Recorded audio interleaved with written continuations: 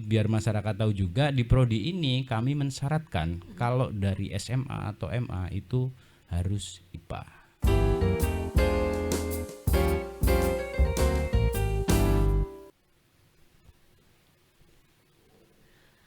Assalamualaikum warahmatullahi wabarakatuh. Semangat pagi Sobat Polinella, selamat datang kembali di Polinella Podcast. Wah, apa kabar nih semua Sobat Polinella? Semoga selalu dalam keadaan sehat dan tetap semangat ya. Nah, di episode kali ini, bersama saya Rika Mary Azlaini akan mengajak kalian semua untuk mengulik program studi di Politeknik Lampung, salah satunya yaitu Teknologi Rekayasa Konstruksi Jalan dan Jembatan.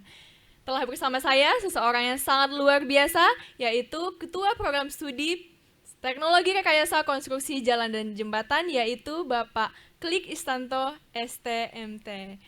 Bagaimana kabarnya nih Pak? Alhamdulillah sehat. Baik. Alhamdulillah. Boleh dilepas maskernya Pak? Iya. Selain sebagai Ketua Program Studi di Teknologi Rekayasa Konstruksi Jalan dan Jembatan, apa saja sih Pak kesibukan Bapak begitu? Dan bagaimana sih Pak rasanya menjadi seorang ketua program studi di TRKJJ? Oh ya, mungkin saya jawab yang pertama, yang terakhir rasanya ya. Rasanya tentu ada suka dan juga ada dukanya. Cuma yang saya rasakan banyak sukanya sih. Banyak sukanya dalam artian di sini memang passion saya di konstruksi ya, terutama di jalan dan jembatan. Itu rasanya gitu ya. Kalau namanya dukanya ya pasti namanya aktivitas itu karena butuh energi dan pemikiran, tentu kadang ada waktunya jenuh dan seterusnya. Nah, untuk menghilangkan itu apa? Kalau saya main musik. Oh, main Ya musik. kira gitu. Ya, main musik untuk hiburan sendiri sih. Main Itu, musik apa aja nih Pak? Kalau saya biasanya gitar atau keyboard. Keyboard. Gitu. Ya juga kadang bareng anak-anak juga, mahasiswa artinya. Gitu. Oke, boleh nih Pak nanti setelah sesi podcast ini boleh lah Pak ya main boleh, musik. Boleh. Terus tadi pertanyaan selanjutnya adalah aktivitas ya. Nah kalau aktivitas di kampus selain sebagai ketua program studi, kebetulan dari kampus dipercaya menjadi bagian dari tim teknis gitu ya, yang terkait dengan konstruksi tentunya. Misalnya saat bangun infrastruktur dalam kampus gitu ya, misalnya bangun gedung, bangun jalan dan yang lainnya, itu biasanya melibatkan bukan hanya saya tapi kami dari prodi konstruksi jalan jembatan, karena memang isinya teman-teman dari teknik sipil. Kira-kira gitu. Kalau aktivitas di luar terutama untuk mendukung program studi TRKJJ ini ya, saya juga terlibat di asosiasi, yaitu di konstruksi tentunya, yaitu di IAPPI. Itu adalah asosiasi perkumpulan untuk teman-teman yang aktif di beton pracetak dan prategang gitu. Terus kemudian juga di Pertahkindo, perkumpulan tenaga ahli konsultan untuk Indonesia. Kira-kira itu aktivitasnya. Gitu ya Pak ya. Menjadi ketua program studi di TRKJJ sejak tahun berapa Pak? Sejak awal berdiri. Karena ya mungkin saya sampaikan sekalian di sini, ini prodi baru ya. Itu izinnya keluar tahun 2018. Kemudian kami mulai merekrut mahasiswa di tahun 2019-2020. Kenapa? Karena izin itu keluar di bulan Oktober. Artinya semester ganjil sudah berjalan sehingga kita tidak bisa rekrut. Gitu ya. Jadi dari awal berdiri sampai saat ini gitu ya. Jadi kami mahasiswanya masih 2 angkatan. Dan alhamdulillah animo masyarakat itu cukup baik terhadap prodi ini, karena di angkatan pertama saja keketatannya sudah 1:10 gitu. Nah, ini dari namanya saja ya Pak ya, sudah teknologi rekayasa konstruksi jalan dan jembatan. Nah, di prodi ini ngapain aja sih Pak? Apa ngukur-ngukur jembatan atau gimana Pak? Saya penasaran nih Pak. Mungkin Sobat Polinella yang ada di rumah juga pada penasaran nih, apa sih dari namanya juga panjang banget ya Pak ya? Teknologi rekayasa konstruksi jalan dan jembatan. Boleh dong Pak diceritakan? Jadi kalau untuk nama, kenapa panjang? Karena emang ketentuannya seperti itu. Dari kementerian waktu itu, Kementerian Ristek Dikti itu mengeluarkan peraturan tentang nomenklatur nama program studi. Dan namanya adalah memang seperti itu, teknologi rekayasa konstruksi jalan dan jembatan. Itu untuk vokasi ya, untuk sarjana terapan. Ya makanya ya kita nggak bisa keluar dari situ. Itu kenapa panjang, jawabannya itu. Terus sebenarnya kalau secara umum gitu ya, kalau kita misalnya kita bahasa Inggris kan gitu ya, mau disingkat biar simple gitu ya. Mungkin bisa dengan kata road and bridge engineering. Iya, benar Jadi sekali. teknik sipil yang fokusnya ke konstruksi jalan Jalan dan dan jembatan. jembatan. Nah, kalau ngapain aja di dalam, ya mungkin kalau orang di luar teknik sipil itu mungkin mikirnya, oh apa ya, ngapain ya, jalan mau sama jembatan mau diapain. Jadi secara umum gini, jadi di jalan itu ada dua jenis perkerasan. Nah, ini mungkin istilahnya agak asing juga ya, perkerasan. Iya. Perkerasan itu kalau Mbak Rika lihat tuh misalnya jalan tuh ada aspal, ada beton. Ya, Nah, benar, gitu ya. Pak.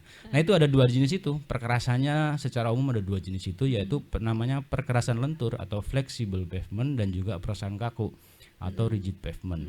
Artinya dua kompetensi itulah di jalan yang harus dikuasai saat nanti dinyatakan sebagai sarjana terapan untuk teknik ini. Kemudian yang jembatan itu secara umum juga ada dua, yaitu ada struktur bagian bawah gitu ya, ada struktur bagian atas. Jadi kalau struktur bagian bawah itu mulai dari kepala jembatan ke pondasi gitu, dan struktur bagian atas itu dari mulai kepala jembatan ke atas gitu. Nah, kalau Mbak perhatikan juga dari sisi material, jembatan ini sekarang berkembang cukup Iya, pesat. benar sekali, Pak. Itu ya. Jadi kalau Mbak mungkin nyebrang ke Wais Kampung, itu yang jembatan di Jalan Nasional, itu ada jembatan yang truss baja gitu ya. Struktur atasnya pakai baja. Cuma kalau di samping Polinela ada flyover dari beton precast gitu ya. Kira-kira struktur. Ada juga jembatan yang misalnya agak di dalam, daerah dalam ada jembatan beton konvensional. Jadi intinya ada 4 kompetensi itu yang dipelajari, yaitu perkerasan lentur, perkerasan rigid, struktur bawah jembatan, dan struktur atas jembatan. Nah, apakah itu saja? Tidak tentunya. Karena dalam konstruksi itu ada namanya K3 konstruksi yang harus dikuasai. Dan untuk bisa merencanakan, melaksanakan, dan mengawasi konstruksi jembatan harus bisa apa? Bisa gambar misalnya, bisa mengukur, bisa survei investigasi untuk mekanika tanahnya, bisa survei investigasi untuk hidrologi dan hidrolikanya. Jadi kira-kira itu yang dipelajari. Makanya biar masyarakat tahu juga, di prodi ini kami mensyaratkan kalau dari SMA atau MA itu harus IPA. Gitu. Harus IPA Ya, begitu ya, Pak ya. gitu. Jadi begitu ya Sobat Polinela yang ada di rumah, ternyata tidak seperti yang ada di pikiran kita selama ini begitu. Kalau teknologi rekayasa konstruksi jalan dan jembatan itu kayak ngukur-ngukur jalan segala macam, tapi banyak yang dipelajari di dalamnya, ada lentur-lentur segala ya Nah, Pak ya. itu dia. Begitu. Oke. Nah, untuk selanjutnya nih Pak, ini kan program studi baru ya Iya. Pak ya di Politeknik di Lampung. Nah, untuk prospek lulusan yang akan dihasilkan begitu dari program studi ini, kira-kira apa saja sih Pak? Ini penting, pertanyaan bagus sekali karena gini, tidak kita pungkiri, saya dulu juga kan minta kuliah itu sama orang tua sulit ya. Iya, benar. Ngapain kuliah? Nanti udah keluar duit banyak, lulus nganggur. Nah itu kan, nah pertanyaan itu yang menjadi dasar kami di prodi, bagaimana menyiapkan calon lulusan ini untuk bisa bersaing di dunia kerja. Walaupun di samping itu juga kita mengajarkan bagaimana berwirausaha konstruksi gitu ya. Nah makanya saat menyusun kurikulum gitu ya, karena gini, kalau menurut saya nanti lulus sarjana terapan teknik itu untuk bisa bekerja itu syaratnya 3 gitu. Yang pertama adalah memiliki kompetensi untuk bisa melakukan sesuatu yang diminta oleh industri. Itu pertama. Kedua adalah networking. Networking itu dalam artian banyak kawan lah bahasa gaulnya. Relasi lah ya, Pak, ya. Relasi, bukan berarti kolusi ya. Iya. Tapi dia harus akrab dengan komunitas itu. Kemudian yang terakhir adalah karakter ini, mau capek. Jadi kalau salah satu dari 3 syarat ini tidak dipenuhi, sulit. Sulit ya Pak ya. Iya itu. Karena Iya tadi, karena itu saling mendukung gitu. Nah makanya saat menyusun kurikulum kami di awal itu yang pertama kami lakukan adalah sebelum prodi ini berdiri, karena sebelum prodi ini berdiri kan kami juga di prodi yang lama gitu ya. Nah sebelum prodi ini berdiri kami juga membangun relasi dengan prodi sejenis dengan TRKJC itu yang sudah established lebih dulu. Di sini mungkin saya contohkan Politeknik Negeri Bandung. Nah kami ke sana. Kami ke sana untuk lihat dari mulai kurikulumnya, kemudian ngobrol dengan pengelolanya, kemudian lihat fasilitasnya dan seterusnya. Untuk mengukur kira-kira kalau di Politeknik Negeri Lampung membuka prodi sejenis, kita posisinya seperti apa. Artinya kita SWOT-kan gitu ya, kekuatan kita seperti apa, kelemahan kita apa, dan seterusnya. Kemudian setelah itu kita nyusun proposal tentunya untuk ke kementerian untuk kita ajukan, dan di dalamnya harus sudah ada kurikulum gitu ya, ada draft kurikulumnya. Nah di kurikulum ini kan sangat menentukan apa yang mau dipelajari di dalamnya nanti. Nah kami juga selain ke prodi jenis kita ke industri. Nah waktu itu yang kita libatkan adalah dari PT Waskita Karya di awal ya. Ini BUMN karya, artinya BUMN yang membidangi konstruksi, seperti hasil kerjanya adalah ruas tol, ya, ruas tol di Lampung ini. Kemudian juga dari asosiasi profesi, yaitu lembaga pengembangan jasa konstruksi. Nah waktu itu personil yang kita ajak berdiskusi tentang kurikulum yang akan kita laksanakan yaitu Pak Muhammad M. Abduh dari Waskita Karya dan Bang Napolis Tumorang dari LPJK Lampung. Nah itu dari sisi kurikulum. Kemudian untuk membangun networking juga, kita juga melakukan MOU dengan industri konstruksi, ya, dengan industri konstruksi dan juga meng-hire dosen industri konstruksi, gitu. Sehingga kita tidak mau apa yang kita ajarkan ini tidak selaras dengan apa yang dibutuhkan industri. Nah sampai saat ini beberapa MOU sudah kita tandatangani dengan Inkindo Lampung misalnya. Inkindo Lampung itu ikatan badan usaha konsultan di Lampung ya. Ya, itu kemudian dengan LPJK dan beberapa kontraktor dan juga konsultan di wilayah Lampung gitu ya. Dan untuk nasional target kita adalah PT Adikarya gitu. Kenapa PT Adikarya? Karena sampai saat ini kita sudah meng-hire 2 dosen industri.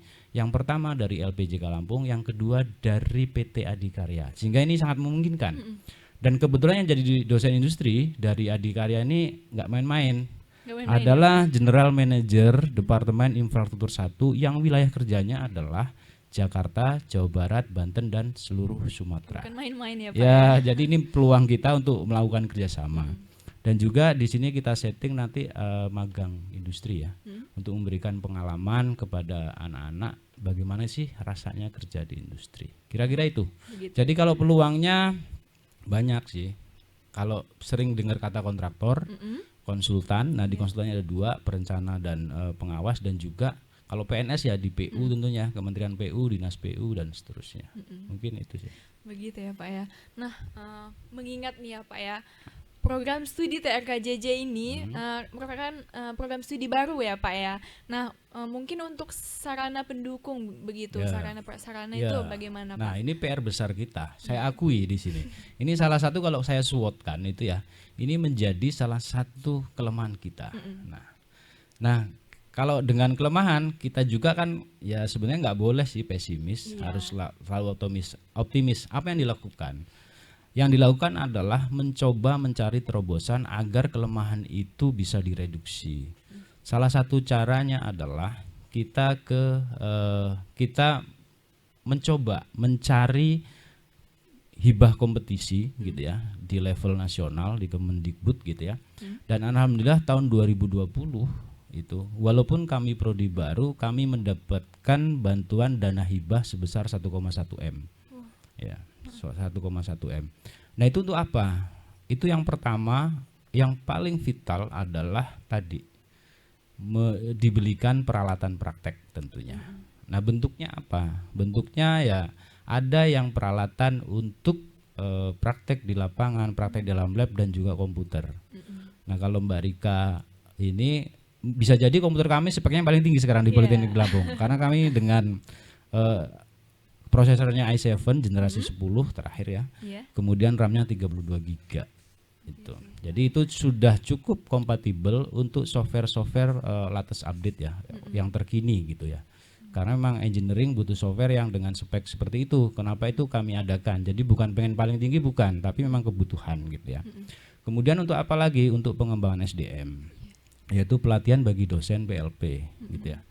Nah pelatihannya apa? Nah kita kemarin mengarahkan pelatihannya adalah yang bersertifikat asosiasi gitu ya. Jadi saya mendorong teman-teman untuk mengajar mata kuliah yang merupakan core bisnis tadi, 4 tadi, masih ingat ya? 4 tadi itu saya dorong agar tim ajarnya adalah memegang SKA. SKA itu apa? SKA itu adalah sertifikat keahlian. Nah, saya dorong di level madya gitu. sehingga apa yang disampaikan nanti memang benar-benar sesuai dengan dengan kebutuhan industri konstruksi dan peraturan yang terbaru gitu ya.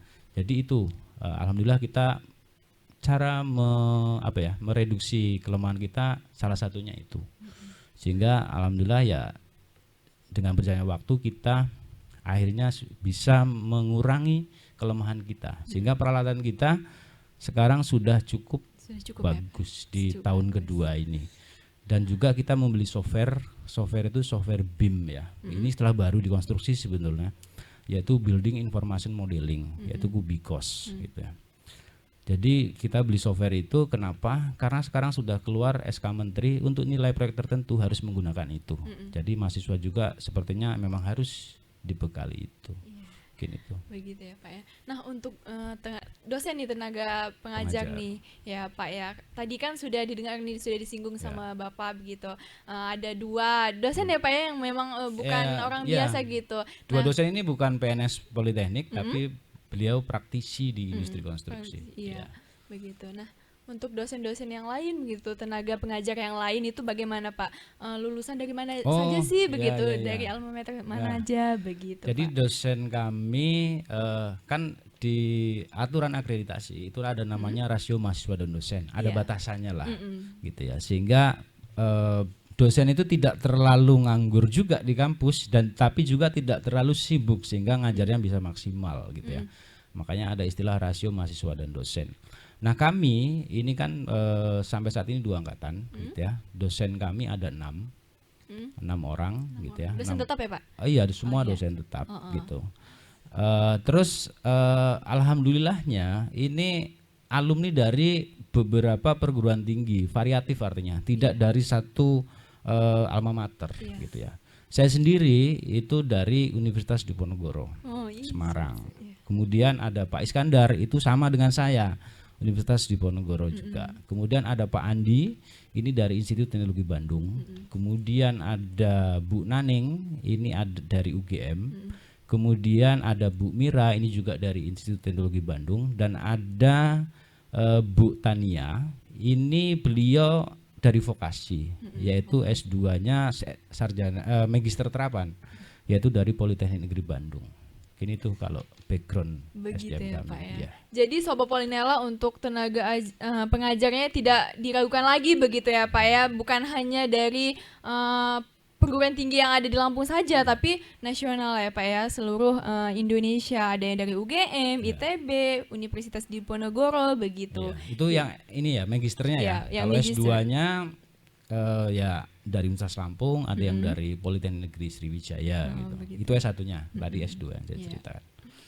Nah, mungkin untuk biasanya nih ya Pak ya, kalau misalnya menyinggung program studi teknologi rekayasa kimia industri, berarti itu tentang menciptakan produk seperti sabun dan sebagainya itu ya Pak ya. Nah kalau untuk di TRKJJ sendiri gitu Pak, produknya apa sih keunggulannya yang menjadi unggulannya begitu dari TRKJJ sendiri? Jadi kami merencanakan untuk membekali mahasiswa sebelum lulus itu mungkin kalau saya kelompokkan ada 2 hal gitu ya. 2 hal itu, yang pertama adalah dari sisi kompetensi. Dari sisi kompetensi ini karena dunia industri konstruksi saat ini juga terpengaruh oleh yang namanya teknologi 4.0. Bahkan sekarang sudah ada yang dikenal dengan era society 5.0 gitu ya. Nah kita nggak bisa menghindar tuh. Kita nggak bisa menghindar. Kalau kita menghindar mati kita. Kira-kira iya, kita nggak dilirik lagi. Iya, benar, kalau Pak. kita nggak ngikutin. Makanya tadi salah satunya apa yang kita belikan adalah komputer dengan spek untuk BIM Studio dan membelikan BIM juga. Dan alhamdulillah 5 mahasiswa kita sudah dapat langsung sertifikat karena kemarin ikut pelatihan dan ternyata diuji lulus.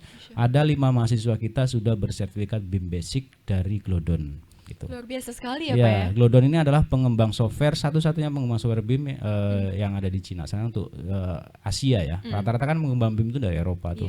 Ini dari Asia. Dan dari Glodon menawarkan kami untuk 2 tahun ke depan untuk mengembangkan bersama software yang disebut dengan TRS, yaitu Take Off Road System gitu.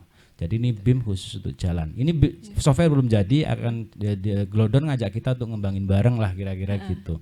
ya saya sambut dengan baik aja gitu ya, karena ini peluang kita. Iya. Nah itu salah satunya adalah strategi kita itu. Dari sisi kompetensi ini harus ditunjang dengan tools yang update, yaitu software tentunya. Itu. Walaupun begitu juga kompetensi konvensional ini nggak bisa ditinggalkan juga, karena software itu dimasukin angka berapapun akan dieksekusi, yang hasilnya mungkin tidak benar, gitu. Sehingga konsep-konsep perancangan ini secara manual tetap diajarkan. Kira-kira itu dari sisi kompetensi.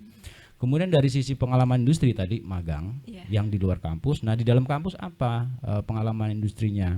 Alhamdulillah tahun ini kita akan dapat alat untuk bisa memproduksi beton pracetak.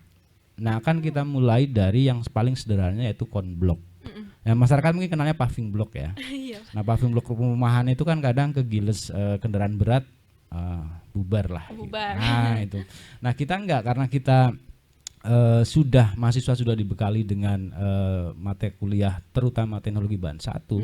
Mahasiswa bisa membuat MIG design untuk merencanakan mutu beton tertentu, misalnya beton kaskian gitu. Nah, jadi mahasiswa nanti diarahkan untuk membuat MIG design itu, kemudian melakukan produksi untuk konblok di awal ya. Mungkin ke depan bisa UDIT dan seterusnya.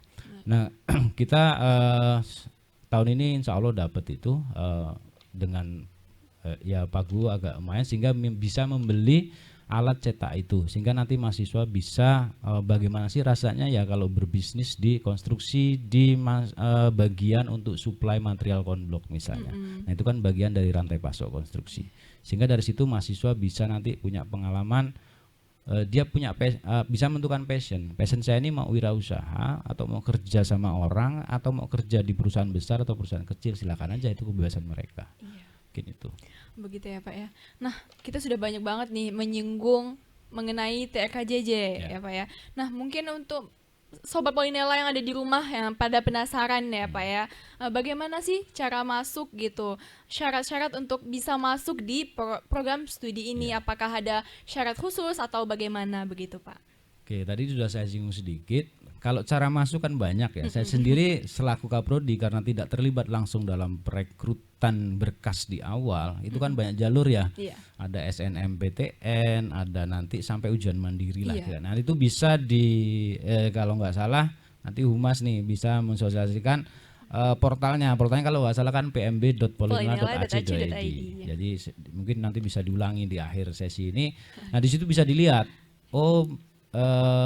apa saja jalur masuk di Politeknik di Lampung. Nah khusus untuk TRKJJ tadi syarat administrasinya adalah jika dari SMA atau MA itu IPA. Kenapa ini dibuat seperti ini? Ini maksudnya adalah kita tidak mau dalam tanda kutip menyiksa, gitu ya. Sehingga kalau dia memang passionnya tidak di eksakta, ini akan merasa tidak nyaman. Kenapa? Karena tiap hari memang ketemu dengan angka. Tapi lagi-lagi kalau passionnya di eksak, ya mungkin dia enteng jalaninya. Jadi untuk yang masih SMP ini mungkin ada yang denger ya. Nanti kalau mau pengen ke sini ya SMA-nya atau MA-nya milik IPA gitu. Kira-kira seperti itu. Nah bagi orang IPA itu IPS itu sulit. Iya, saya sendiri kalau untuk IPS itu sulit karena harus menghafal. Bahkan biologi pun menurut saya itu lebih sulit dari fisika. Jadi orang kan punya bakat masing-masing ya. Nah, tapi kalau belajar matematika sama fisika menurut saya mudah. Karena saya hanya menghafal beberapa, saya bisa mengembangkan. Sebagai contoh trigonometri, saya cukup menghafal segitiga saja, segitiga siku-siku. Dari situ saya bisa mengembangkan rumus sinus, kosinus, tangen dan yang lainnya gitu. Kira-kira gitu. Dan itu syarat secara administrasi. Kalau jalur masuknya banyak gitu ya. Ya kira-kira itu. Begitu ya Pak ya. Nah untuk beasiswa nih ya Pak ya, karena ada program studi baru yang memang ada beasiswa yang belum bisa gitu, karena belum terakreditasi begitu program studinya. Nah kalau untuk TRKJJ sendiri bagaimana Pak? Ya sama beasiswa? Sih, karena kita program studi baru dan tahun ini saat ini juga kami setiap hari Selasa dan Jumat itu kita jadwalkan menyiapkan borang untuk pengajuan akreditasi. Karena memang sudah harus akreditasi gitu ya, sehingga kita mulai susun. akreditasinya dengan data-data di tahun akademik 2019-2020 gitu. Nah itu kalau tadi ya beasiswa untuk ini langsung aja ya mungkin KIP yang dimaksud. Ya, Gitu ya. KIP memang kemarin ada masalah di mahasiswa saya di semester 1. Kalau yang semester 2 sekarang, yang semester 4 nggak masalah. Mereka dapat bahkan lebih dari 5 orang itu bidik misi. Masih bidik misi ya waktu itu. Nah, yang KIP ini saya nggak tahu masalahnya di mana, tapi yang pasti tidak dapat, intinya kan gitu. Gitu kan. Tapi yang saat ini mereka bisa lanjut di semester 2 gitu ya. Kalau saya lihat di jarakannya prodi itu mereka statusnya sudah registrasi gitu ya dengan skema namanya keep ongoing gitu. Nah ini artinya ke depan sepertinya tidak masalah tentang akreditasi, terkait akreditasi dan juga beasiswa gitu ya. Tapi selain itu kan sebenarnya banyak ya beasiswa selain itu ada PPA, ada yang lain, kemarin saya lupa itu beasiswa apa yang dari KSE ya, itu kan bisa itu khusus D4 lagi. Iya, khusus D4. Itu khusus D4. Jadi anak-anak juga saya sarankan untuk yang butuh itu untuk segera mengajukan. Saya selalu bilang begitu kalau di prodi ya. Untuk yang mengajukan beasiswa itu saya sarankan yang butuh. Yang nggak butuh nggak usah deh gitu. Itu kan peluang untuk menolong yang memang nggak mampu gitu ya. Jadi kita memang harus selain walaupun orang teknik harus punya sense humanis sih, harus gitu. Begitu ya Pak ya. Jadi Sobat Polinela yang ada di rumah, TRKJJ itu luas sekali, bukan hanya melulu mengukur jembatan atau membuat jembatan segala macam. Membuat jembatan juga banyak sekali teknis-teknis. Ada yang apa tadi Pak, lentur-lentur segala macam itu ya Pak ya. Nah kalau mau tahu isinya, buka aja YouTube-nya TRKJJ. Ya nama YouTube-nya TRKJJ Polinela. Nah di situ tahu nanti. Misalnya sebelum masuk tuh lihat dulu aja tuh. Oh kuliahnya kayak gini nih yang dipelajari. Gitu. Jadi begitu ya Sobat Polinela yang ada di rumah. Kalau mau tahu lebih lanjut lagi silahkan dibuka akun YouTube TRKJJ Polinela. Dan juga untuk informasi cara pendaftaran ataupun masuk di program studi ini bisa kunjungi portal Polinela di pmb.polinela.ac.id. Begitu ya Pak ya. Mungkin demikian podcast kita kali ini. Jangan lupa saksikan podcast-podcast selanjutnya di akun YouTube Politeknik Negeri Lampung dan di Spotify. Tetap semangat, jaga kesehatan, terapkan 3M, mencuci tangan, menggunakan masker dan menjaga jarak. Saya akhiri, wassalamualaikum warahmatullahi wabarakatuh dan sampai jumpa. Terima kasih Bapak. Sama-sama.